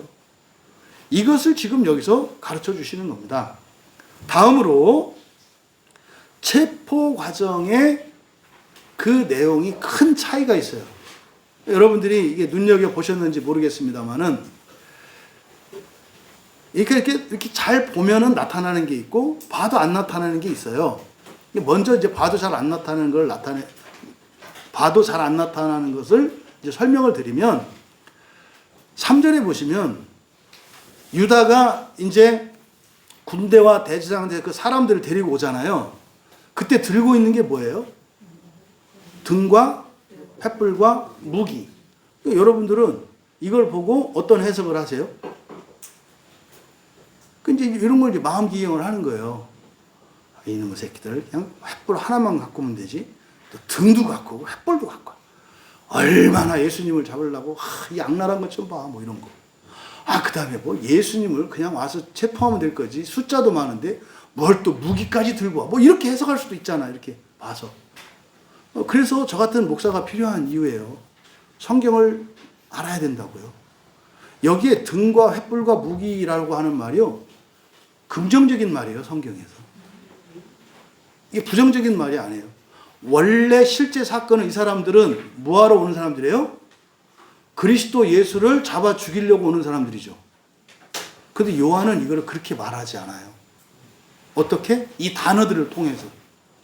그러니까 이런 걸 이렇게 심어 놓는다고요. 그러니까 이걸 발견을 해야 돼요. 여기에 등이라고 번역한 단어는 성경에 딱 한 번 여기에 쓰여요. 근데 뒤에 있는 횃불 있잖아요. 이 횃불, 이게 바로 람파스라는 말인데, 여러분 옛날 그 시골에 사실 분 남포등 아시죠? 남포. 그게 이제 영어 램프잖아요. 그 램프가 헬라어 이 람파스에서 만들어진 말이거든요. 그러니까 성경에 등불이라고 번역된 단어가 여기 횃불로 번역된 람파스예요. 근데 여기에는 바로 이 파노스라고 하는 이 단어가 쓰였기 때문에 구별하기 위해서 그 마태복음 25장 등불의 비유 나오는 그 등불을 여기서는 횃불로 번역을 해 놓은 거예요. 근데 여러분, 그 등불의 비유는 뭡니까? 예수님이 오실 때 등불을 준비해야 되거든요. 그때 지혜로운 자와 어리석은 자들이 나오죠. 지혜로운 자들은 등과 함께 뭘 준비해요? 기름을 준비하고, 기름이 없는 사람들은 불은 밝힐 수 없어가지고 못 들어가잖아요. 그때 등장하는 거예요. 그러니까 여기서 말하는 횃불은 무엇을 위한 거다? 잡아 죽이려고 하는 게 아니라 무엇의 도구다? 구원의 도구라는 거예요. 그러니까 이거는 헬라어 사전을 갖고도 모르는 거예요. 성경을 갖고만 알 수 있는 거예요. 그 다음에 무기라고 돼 있잖아요. 무기니까 사실은 마테마가 누가복음에서는 다 예수님을 때려잡을 것들이에요. 근데 여기서는 요한만 그렇게 얘기하지 않아요. 여기에 무기라고 번역된 이 호플론이라고 하는 이 말은요, 성경에 전부 의의 병기로 쓰이는 말이에요. 의의 병기. 그래서요, 로마서 6장 16절 그리고 고린도후서 6장 7절에서 의의 병기 할 때 요 병기로 번역되고요. 로마서 13장 12절에서는 빛의 갑옷을 입자 할 때 빛의 갑옷으로 번역되는 말이에요. 그러니까 지금 요한의 의도를 아시겠죠? 유다가 원래는 예수님을 배신했어요. 그 원래 사건은 이 사람들을 데리고 예수님을 잡으러 오는 사건이에요. 근데 요한은 이게 지금 무슨 사건이라고 말하는 거예요? 구원을 하기 위해서 찾아오고 있다고 얘기한다 이 말이에요. 그렇잖아요. 여기 동사는 하나님 나라를 뜻한다고. 근데 이 사람들이 하나님 나라에 들어왔어요, 안 들어왔어요? 들어왔잖아요. 이게 사람들은 이해가 안 돼요. 이런 죄인들을 구원한다고 하면은 반대하는 게 누구다? 기독교인들이에요. 기독교인들이 죄인을 구원한다고 하면 반대한다니까요. 교회 역사가 그랬어요. 그러니까 그거는 사실은 기독교인이 아니고 그건 조금 개독교인이라고 해야 돼요. 하나님이 구원하는데 그걸 왜 방해해요? 내 구원을 덜어주는 게 아니라 나와 상관없이 구원하시겠대요. 그러면 그거 좋은 거 아닌가요? 그거 복음 아니에요? 스님도 복음이라고 하더라니까요. 그런데 기독교인은 복음 아니라고 하더라니까요. 누가 기독교인이에요 도대체? 스님이 기독교인이에요. 목사님이 기독교인이에요. 그러니까 그런 죄인도 구원하시는 거는 복음이라고 말하는 스님과 그렇게 하면 절대로 안 된다고 하는 목사님 중에 누가 기독교인이에요? 둘 다 비정상이에요. 반씩만. 하나는 목사여서 0.5 기독교. 스님은 이제 스님이니까 하지만 하나님의 복음을 믿으니까 0.5 기독교. 원래는 합쳐져야 되죠. 지금 그러니까 이 본문을 절대로 그렇게 볼 수가 없어요. 왜요? 이 단어를 성경의 언어로 검색해 보지 않으면 예외 없이 다 그렇게 쓰였어요. 이 단어들은. 그러니까 요한은 지금 뭘 말하고 싶은 거예요? 이 사람들은 예수님을 죽이러 오지만 사실은 이 사람들은 무엇을 위해서 오고 있다? 구원받기 위해서 오고 있다고 말을 해요. 유다는 예수님을 배신하려고 오고 있는데 요한은 뭐라고 얘기해요? 구원받기 위해서 오고 있다고 얘기한다 이 말이에요. 그러니까 이거는 이렇게 우리말 성경을 봐서는 모르죠. 그런데 여러분들이 이제 알 수 있는 게 있어요. 여러분들이 본문을 읽어보면 마테마가 누가복음의 사건과 이 사건이 크게 다른 것을 알 수 있어요. 큰 차이점. 성경을 읽어보셨던 분들은 그걸 발견할 수 있었어요. 그러니까 이미 아는 얘기예요, 여러분들이. 여러분, 공관복음에서는 이때 이 장면에서 유다가 뭐 하죠? 와서 입 맞추는 게 뭐죠? 찍어주는 거죠. 이 사람 체포해야 돼요. 내가 한 거 표시 안 나게 한다고 내가 가서 입 맞출 테니까 그 사람이 예수인 줄 알면 돼요. 이거죠. 찍어준다고요. 근데요, 이미 마태복음, 마가복음, 누가복음에서는 그거 다 기록했어요. 입 맞춘 거를. 근데 요한복음에서는 뭐라고 하는 거예요? 예수님이 그걸 다 하셨다는 거예요. 근데 여기서는 유다가 입을 맞춰요, 못 맞춰요? 성경에 보니까 맞출 기회가 없어요. 왜요? 그냥 예수님이 말해버려. 에고 에이미. 왜 예수님이 에고 에이미 했어요? 유다가 더 이상 배신하지 못하게. 배신하고 나면 이 녀석이 목매서 자살할 거거든요. 그러니까 죄책감을 줄여주시려고 예수님이 먼저 나서서 입 맞추려고 하는데 예수님이 내가 예수요! 하는 이 장면이에요. 마태, 마가, 누가는 유다의 배신을 드러내고 그것으로 겪었을 예수님의 인간적인 고뇌와 그 아픔을 나타내요. 그런데 요한은 그것을 사랑으로 승화시켜요. 인자로서는 기가 막힌 일이잖아요. 더군다나 배신하는 방법도 너무 악랄하잖아요. 성경에서 입맞춤은 가장 친밀한 사이에서 우정을 나타내는 방식이에요. 우정을 팔아넘기는 방식으로. 굉장히 정말 잔악한 그런 계획이거든요. 그런데 요한은 그걸 막아요. 그러니까 유다의 입맞춤을 통해서 예수님은 이미 그걸 겪으셨죠. 그죠? 마태, 마가, 누가에서 겪으셨잖아요. 근데 요한에서는 어떻게 얘기하는 거예요? 예수님은 그거로 끝난 게 아니라 그것을 어떻게 하셨다? 사랑으로 승화시켜서 유다의 죄책감을 최소화했다는 것을 지금 나타내려고 해요. 근데 놀라운 것은요, 공관복음에서 유다가 예수님께 입맞춤을 해서 잔인하고 비열한 방식으로 예수님을 배신하는 이것도 하나님의 뜻이 이루어지는 거고요. 그잖아요. 앞에서 우리가 창세기 3장 15절에서 그 뱀의 그 여자의 후손이 뒤꿈치 물릴 것에 대한 예언. 그게 이제 시편 41편 9절에서 바로 제자의 배신이 예언되어 있어요.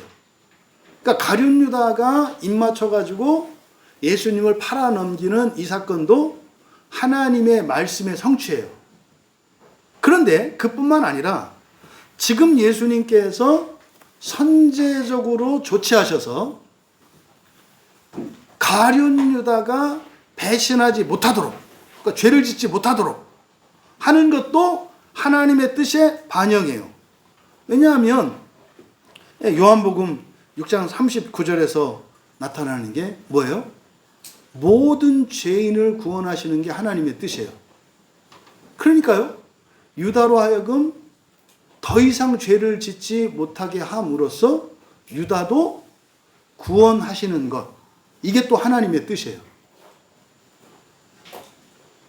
그러니까 결국은 공관복음에서 유다가 입맞춰서 팔아넘기는 이것도 하나님의 뜻을 이루기 위한 것이고, 여기서 유다가 더 이상은 죄를 짓지 못하게 해서 구원받게 하는 것도 하나님의 뜻이다 이 말이에요.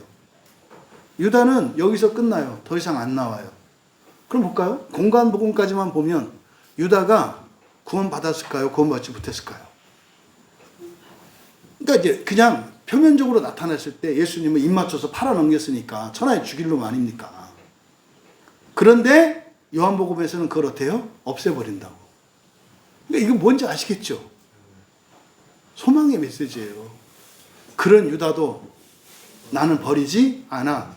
끝까지 버리지 않아. 죄를 졌다 하더라도 더 이상은 죄를 짓지 않더라도 차라리 내가 고난을 당할지언정 그냥 두지 않아. 이것을 지금 여기서 말씀하고 있단 말이에요. 어쩌면 우리가 지난 한 주를 살면서 여러분들은 여러분이 참았다고 생각하겠죠. 나쁜 짓을 하려고 했는데 참았다. 힘들었다. 그걸 위해서 예수님이 당하신 고난이 있었다는 거예요. 여러분만 참은 게 아니라 사실은 여러분이 참을 수 있게 했던 원인은 어디에 있다는 거예요? 예수님이 능동적으로 선제 조치를 하셨기 때문에. 그게 뭐예요? 예수님이 고난을 당하시는 거예요. 그래서 죄를 덜 지은 것이다. 그러함에도 여러분들이 참은 것은 애쓴 일이고 잘한 일이에요. 하지만 그게 여러분이 그렇게 하겠다고 해서 되는 게 아니라는 것은 여러분 자신이 알잖아요. 아, 그런 거였구나. 내가 더 나쁠 수 있었는데 더 나쁘지 않았던 것은 예수님의 선제적인 선한 고난 때문이구나. 이것을 우리에게 가르쳐 준다. 그래서 끝에 9절에 가서 말씀하잖아요. 아버지께서 내게 주신 자 중에서 하나도 잃지 아니하여 싸움나이다. 이때 하나가 누구겠어요? 유다겠죠. 유다겠죠.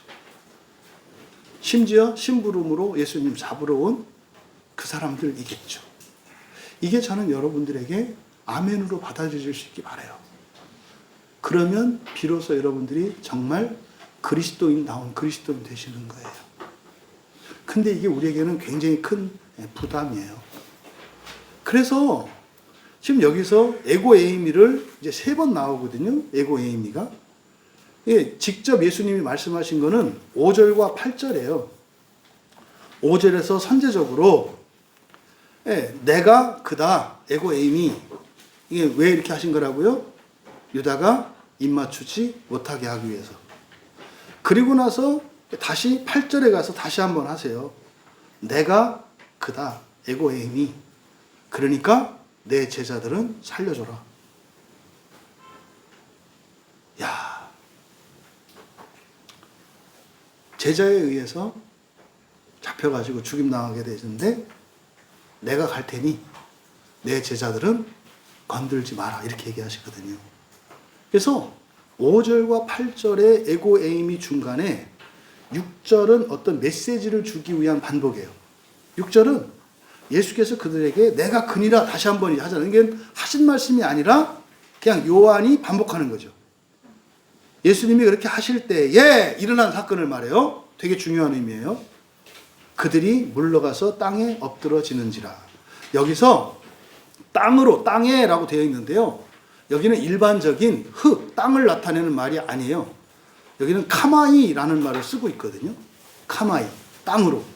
근데 이 카마이라고 하는 이 말이 어디에 쓰이냐면요.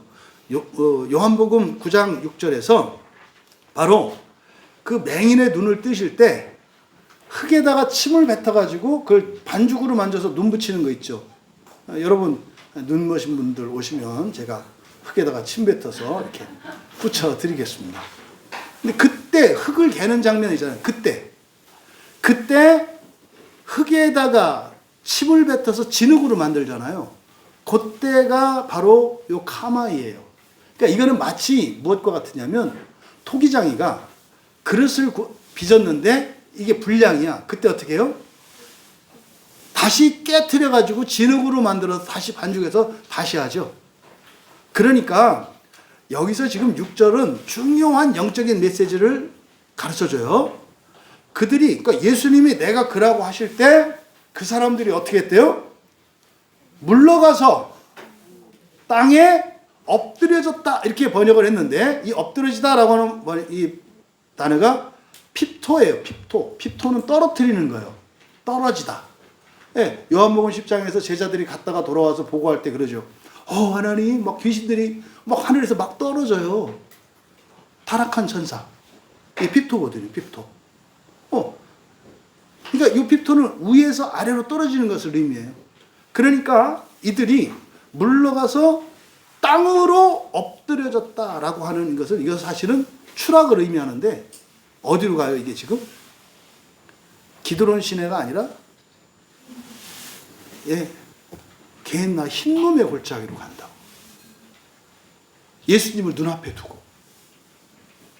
저는 우리 광야교회 교인들이 절대로 단 한 사람도 지옥 가지 않게 할 거예요. 지옥 가면 안 돼요. 교회에 왔는데 왜 가요? 근데 지금 그들은 어떻게 했다는 거예요? 등과 횃불과 무기를 들고, 다시 말해서 구원을 받으러 왔는데 그럼 어디로 가야 돼요? 주님께로 나가야 되는데 땅으로 거꾸라졌다고 얘기해요. 이거는요, 에덴 동산의 아담과 하와의 반복이죠. 범죄했을 때 하나님이 오셨으면 하나님 죄송해요. 저 마귀놈의 새끼가 그냥 얘기를 하니까 눈이 반짝반짝 이상해서 할 수 없이 먹었는데 잘못했어요. 이러면 용서하지 않겠어요? 근데 어떻게 했어요? 물러섰죠. 바로 에덴 동산에서 일어났던 그 일을 그대로 한 거예요. 그러면요, 여기서 지금 예수님이 함께한 제자들과 유다나 유다와 함께했던 사람들이나 똑같이 구원 안에 있는 거는 똑같아요. 왜? 에이스니까. 그 동산 안으로 다 들어왔다니까요. 그런데 한 부류의 사람들은 예수님과 함께 기드론 시내를 거쳐 있고, 한 사람들은 어떻게 해요? 뒤로 물러나서 지옥으로 간다는 이야기예요. 갔다가 온다는 이야기죠. 여러분, 예수님께서 뒤이어서 하시는 말씀이 있어요. 이 사람들이 가는 것은 용납하라. 8절에. 이것도 되게 이중적인 의미죠. 이 사람들이 가는 것을 용납하라. 네, 너희들이 나를 찾거든 이 사람들이 가는 것을 용납하라. 이 말이 군병들한테 얘기했을 때는 너희가 군병들이죠. 너희 나 잡으러 왔잖아. 그러니까 이 사람들은 보내줘. 이때 이 사람들은 누구예요? 제자들이죠. 그런데 만약에 너희가 제자들이면, 너희가 나를 찾아왔으니 이 사람들이 가는 것을 용납하라. 이 사람들은 누가 돼요? 유다와 예수님을 잡으러 온 군병이 돼요. 이 용납하라고 하는 이 의미가 뭐겠어요? 하나님 나라에 들어오는 것을 용납하라고 하는 그런 의미가 돼요.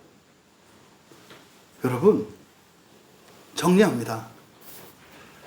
정말 하나님이 사랑하시는 여러분, 예수님은 오늘 본문을 통해서 모든 고난을 미리 아시고 피하지 않으셨다는 거예요. 피하지 않으셨다는 거예요. 여러분들이 전 보러 가는 이유는 뭡니까? 피하기 위해서 가잖아요. 근데 예수님은 피하지 않으셨대요. 오히려 능동적으로 순종하셨대요. 어떤 방식으로? 죄를 덜 짓게 하는 방식으로. 자신이 대속적 고난을 통해서 배신한 제자나 따라온 제자나 잡으러 온 모든 이들을 보호하시고 구원하시는 사명을 감당하셨다는 거예요. 왜 그랬을까요? 왜 그랬을까요? 친구를 도와주는 거는 그나마 이해해요. 그죠? 뭐 그것도 안 도와준다고 뭐라고 할 것도 없습니다만은. 근데요, 잡으러 온 원수들까지, 배신한 놈까지 왜 구원하시려고 할까요? 여러분들이 질문을 던져보셔야 돼요. 이거는 바로 요한복음은 하나님의 신성을 강조하는 본문이라고 그랬잖아요. 그러니까 지금 여기에서 드러내고자 하는 건 뭡니까? 사람으로서는, 사람의 정체성으로는 그렇게 할 수 없다는 거예요. 신적 정체성을 가진 사람이라야 그렇게 한다라는 거예요. 그러니까 신적 정체성을 가진 사람은 그게 옳다는 판단을 내려요. 그리고 내가 말도 안 되는 고난을 대신 당하는 그 사랑을 가지게 돼요. 너조차고 내가 죽는 것이 옳다. 내가 기꺼이 그것을 하겠다. 이게 사람들 사이에서 경험할 수 있는 게 부모의 자식 사랑이라고요. 우리는 어머니의 사랑을 가장 큰 사랑이라고 하는데 성경은 첫째 부활을 향해 가는 그리스도인들의 기본이다. 근데 그건 사람으로서는 할 수 없다. 안 하는 게 잘못은 아니다. 그런데 신적 정체성을 가지고 있는 사람은 당장 하지는 못해도 그렇게 해야 된다는 것은 안다. 그리고 그렇게 하고 싶어 한다. 그리고 그렇게 할 수 있도록 하나님께 도움을 구한다. 이것을 가르쳐 줍니다. 여러분, 사람으로서는 따를 수 없어요. 그러니까 제가 목사가 교인들한테 이렇게 해라. 그럴 수 없는 거예요. 왜냐하면 절대로 할 수 없는 거거든요. 하기도 싫고 그렇게 해야 될 이유도 없다고요. 응? 그렇게 해서 뭐 세상에 이름을 남기고 그러고 싶지 않다 이 말이에요. 여러분, 그러면 여러분들은 사람과 하나님의 자녀된 두 가지 정체성을 가지고 있잖아요. 현재 여러분의 선택은 어떤지 돌아보셔야 돼요. 그러면 내가 인간적인 정체성을 가지고 살고 있구나. 내가 누구 때문에 힘들고 내가 다른 누구 때문에 피해를 보는 게 억울하고 분통 터지고 견딜 수 없어.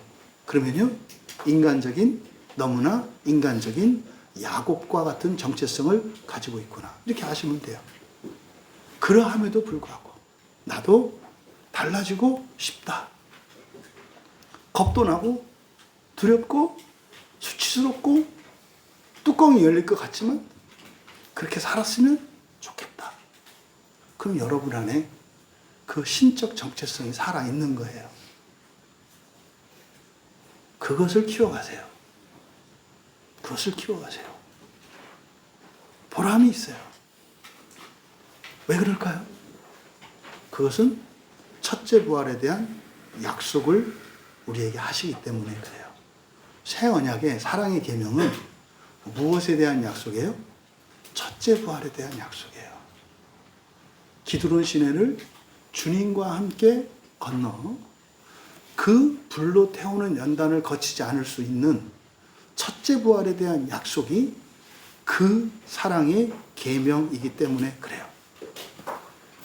제발 여러분, 부활을 이렇게 쉬운 걸로 그냥 있으면 되는 걸로 생긴 대로 살고 하고 싶은 대로 살고 그렇게 살아서 된다는 생각 절대로 하지 마세요.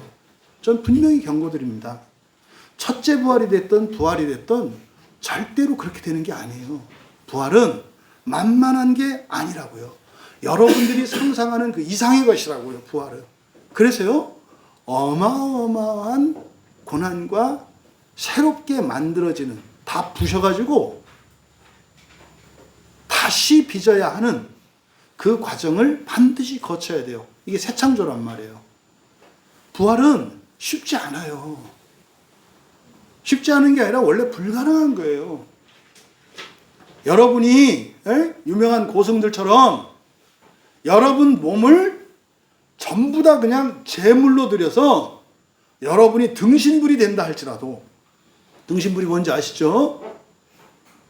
가부좌 틀고 여러분 몸에 불 붙여가지고 고통을 끝까지 견디는 거예요. 사람이 할 수 있는 최고의 헌신이죠. 그렇게 한들 부활하지 않아요. 100번을 그렇게 한들 부활이 되는 게 아니에요. 어떻게 사람이 신이 돼요? 그래서 여러분, 교회 다니는 사람들이 그냥 구원 이야기를 하는데 구원의 핵심인 부활의 구원은 사람들이 바라지를 않아요. 왜요? 흰놈의 골짜기든 기드론 시내든 지나가야 하니까 다 지 승질대로 살려고 그러고 지 고집대로 살려고 그러고 알면서도 안 고쳐. 왜요? 지옥이 실감나지 않아서 그래요. 이번에 우리 나온 책들을 통해서 제가 바라는 게 그거거든요. 다른 사람은 몰라도 교회에 있는 사람들이 제발 지옥을 두려워했으면 좋겠다. 교회 다니는 사람은 지옥과 상관이 없다고 하는 이 사기꾼들의 사기에 속아서 이 다음에 지옥에서 그 고난을 겪을 때 목사들한테 사기당한 것 때문에 일을 가는 일은 없었으면 좋겠다. 내 탓이지 뭐. 최소한 이렇게 될 수 있기를 바라는 거예요. 여러분, 하물며 부활이 그럴진데 첫째 부활은 어떻겠습니까? 이거는요, 무지무지 어려운 거예요. 무지무지 어려운 거라고. 주일날 예배 1시간 딸꾹 들어가서 첫째 부활 할 수 있다? 저는 안 믿습니다. 대학생들 3학점짜리 3시간 연강 듣잖아요. 에? 광야교회 다니면 청년들이 얻는 이점이 있어. 대학 가서 3시간, 3학점짜리 연강 들어도 가벼워. 우리 교회 설교보다 길지 않으니까. 아니, 대학에서도 3학점짜리를 3시간 강의 듣잖아요. 물론 교수님들이 잘라 먹지. 쉬는 시간도 주고. 그런데 어떻게 부활을 하는데 날로 먹을 수 있다는 생각을 해요? 그러니까요.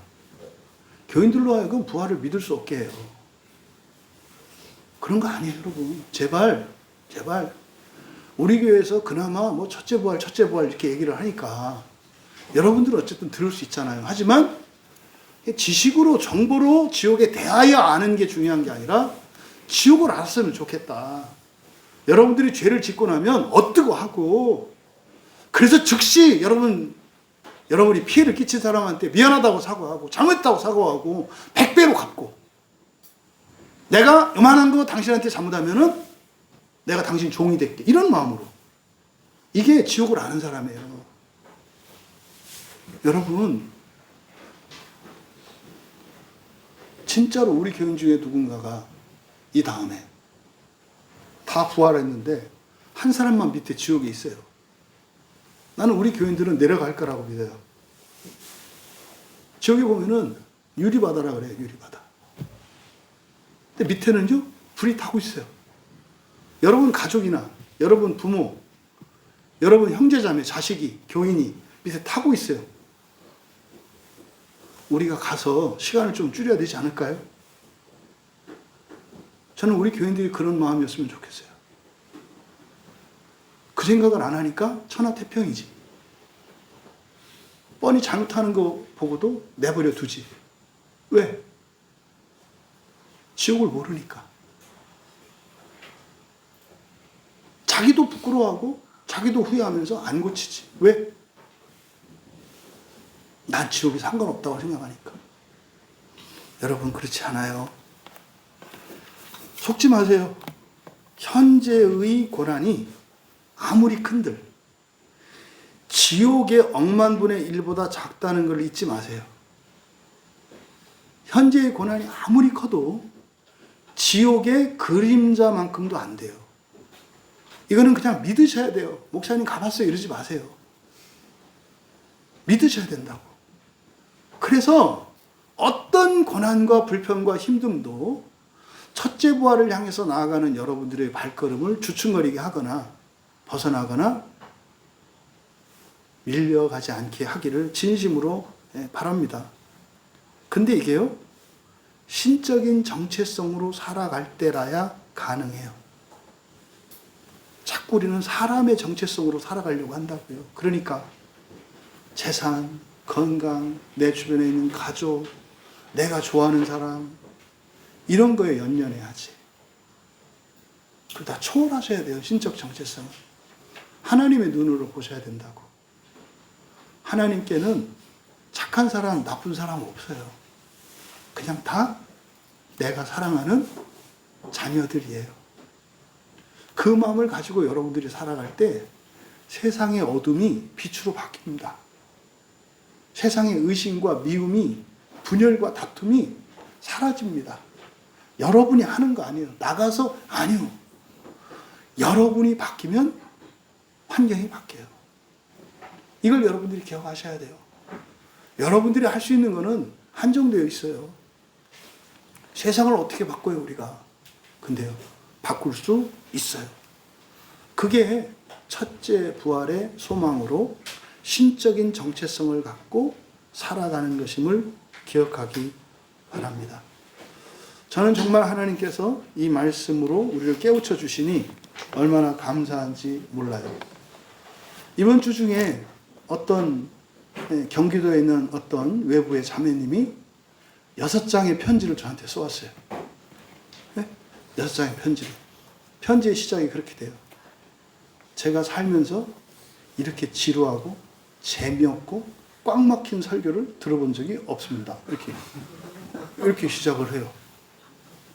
그랬는데, 이제 집회에서 그 교회에 어느 이제 강사가, 찬양 사역자가 와가지고 찬양을 하는데, 그때 이제 각 은혜를 받았대요. 네가 변하지 않고서는 넌 소망이 없다. 근데 이 자매가 보니까 지금 30대 자매인데 선천적인 육체적인 어떤 장애도 있었고, 그러니까 육체적인 장애를 갖고 살아가는 일은 여러분들은 안다고도 하지 마세요. 절대로 알 수 없어요. 얼마나 불편하고 힘든지. 24시간 1초까지 힘들어요. 그분들은. 그러니까 어줍지 않게 얼마나, 이런 얘기도 하지 마세요. 그런 얘기도 하지 마세요. 그렇게 산 거예요, 자매가. 그렇게 하면서 그래도 신앙이 있으니까 인생을 포기하지 않고 꿋꿋이 살았더라고요. 그래서 20대에 또 이제 공무원 준비도 하고 또 해서 취직도 하고 이렇게 했더라고요. 근데도 계속 어려움이 많았던 거예요. 이게 이제 이런저런 어려움을 겪고 하다가 지금 또 다시 이제 뭘 준비하고 이렇게 하는데, 뭐 우리 교회 이제 저기 유튜브에서 어떻게 이제 이렇게 연결이 돼서 봤나 봐요. 근데 딱 너무 설교가 이상해서, 그리고 막 깡패잖아요. 막 설교 2시간 하더래요. 그때 했더니 막 문법이 어떻고 헬라어가 어떻고, 아니, 그래서 뭐 이렇게 꽉 막힌 분이 있나. 근데 그 찬양 집회 때 오셨던 강사를 통해서 하고 그때 내가 바뀌지 않으려고 하고 있구나, 이걸 깨달았대요. 그러면서 제 설교가 생각이 났대요. 그래서 다시 들었대요. 놀랍더래요. 이 목사님이 설교를 위해서 열심을 내는 분이구나. 되게 열심히 설교를 주는, 교인들을 엄청 생각하는 분이구나. 그렇게 해서 이제 우리 교회 마음기형도 듣고 다 듣고 했대요. 마지막이 뭔지 아세요? 광야교회 모든 성도님들도 제가 받았던 은혜를 누렸으면 좋겠어요.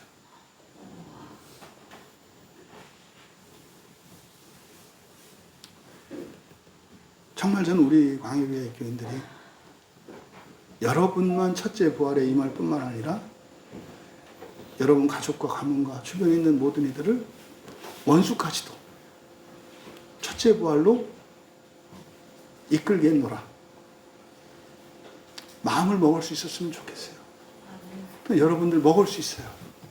왜냐하면 여러분 안에 성령이 계시기 때문에. 예수님께서 당할 일을 미리 아시고도 이렇게 하셨던 이유가 바로 그것이었습니다. 서두에 말씀드린 것처럼 예수님 잘났다를 말하려는 게 아니에요. 이렇게 사는 것이 가장 복되다. 이것이 하나님 아버지의 바라시는 뜻이다. 여러분 두려워하지 마세요.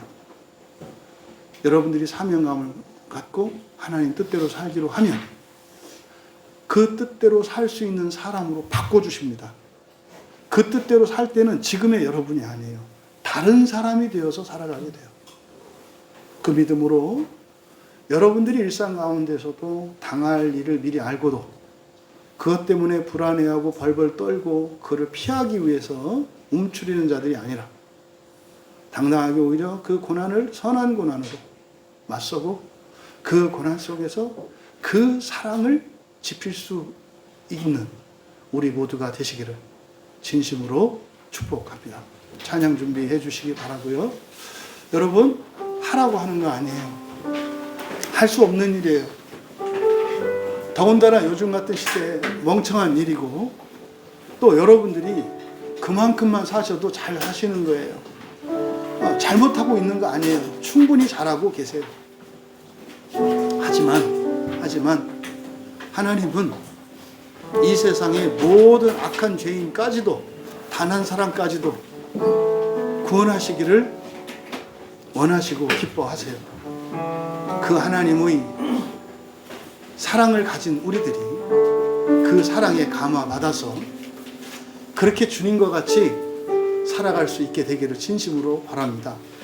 우리가 함께 찬양할 때 언제나 주님은 우리와 함께 하세요. 언제나 함께 하세요. 그래서 여러분들이 거룩하고 선한 삶을 살고자 할 때 그렇게 살아갈 수 있도록 기쁨도 주시고 자원도 주시고 힘도 주세요. 그래서 영적인 신령한 기쁨과 보람이 있어요. 절대 여러분들이 예수님을 믿고 제대로 신앙생활하는 그것이 억울하거나 분하지 않도록 오히려 넘치게 하신다는 것을 기억하시고 함께 하시는 하나님, 내가 주님이 가셨던 그 길에 그 발자국에 내 발을 포개어 살기를 원합니다. 믿음으로 소망 중에 하나님을 바라보며 함께 찬양합니다. 하나님의 가장 크신 능력이 나타나는 것은 나를 바꾸시는 일입니다. 부끄럽고 두렵고 외롭고 미워할 수밖에 없는, 그리고 언젠가는 열망할 수밖에 없는 나를 완전하고 거룩하고 선하고 의로운 존재로 만드시는 그 하나님의 능력이 가장 위대합니다. 그 하나님이 가장 하고 싶어 하는 것이 바로 여러분들을 그런 사람으로 만들어서, 여러분들이 그런 사람으로 점점점 변화되어질 때 여러분의 환경들이 달라지는 그것을 보여주기를 원하십니다. 함께 우리가 기도할 때 당할 일을 미리 아시고도 피하지 않으셨던 그 이유는 하나님이 행하실 일을, 하나님의 전능하심을 믿기 때문이었고 소망하기 때문이었습니다. 우리같이 하나님을 믿고 의지하며 그 소망을 위하여 살아가고, 그래서 나를 통해 이 세상에 더 빛이, 소망이 밝아질 수 있도록 은혜를 구하며 함께 기도합니다.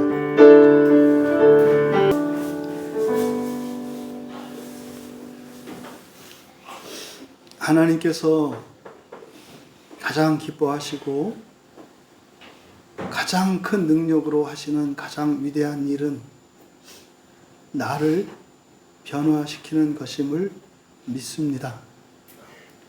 하나님, 저희들의 마음을 하나님 앞에 기꺼이 내어놓습니다.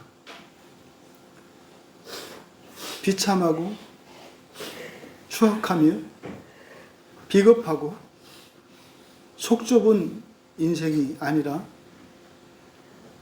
다가올 고난을 미리 알고도 당당히 맞설 수 있는 그런 사람이 되기를 원합니다.